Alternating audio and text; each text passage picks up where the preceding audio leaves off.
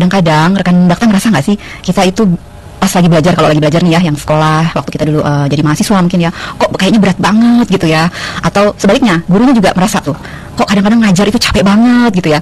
Padahal kita semua tahu ya, belajar dan mengajar itu kan aktivitas sehari-hari.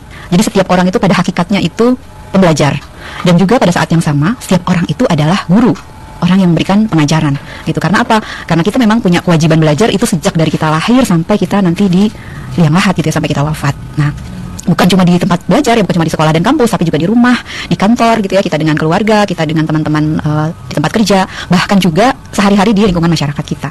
Nah, tapi kenyataannya nih, seperti tadi yang sudah kita sebutkan di awal ya, ada beberapa catatan, misalnya laporan dari UNESCO menyatakan bahwa 6 dari 10 anak di Asia Tenggara itu mengalami kesulitan dalam memahami pembelajaran, baik pembelajaran dasar maupun yang sudah bersekolah gitu. Sementara kalau di Indonesia sendiri, survei Kementerian Pendidikan itu menunjukkan bahwa lebih dari 50% mahasiswa, jadi lebih dari separuh siswa itu merasa bosan atau tertekan dengan metode belajar yang kaku gitu. Padahal kita tahu sendiri, kayaknya tuh setiap ganti menteri terus ganti kurikulum gitu ya. Bahkan ada yang masih di satu periode menteri yang sama tapi sudah beberapa kali ganti sistem pembelajaran gitu ya.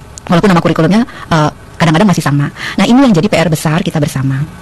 Rasulullah Shallallahu Alaihi Wasallam mengajarkan bahwa ilmu itu seharusnya membawa ketenangan, bukan tekanan. Jadi kalau kita belajar gitu ya di sekolah, itu sebenarnya tujuannya buat apa? Ya harusnya tuh bukan cuma sekedar cari ijazah gitu kan ya, bukan cuma pengen dapat pekerjaan yang nanti penghasilannya bagus gitu ya, dan seterusnya. Tetapi belajar itu harusnya bisa menyelesaikan permasalahan sehari-hari kita gitu.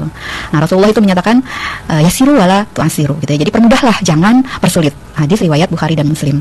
Maka di sini pentingnya kita memahami konsep fun teaching and easy learning.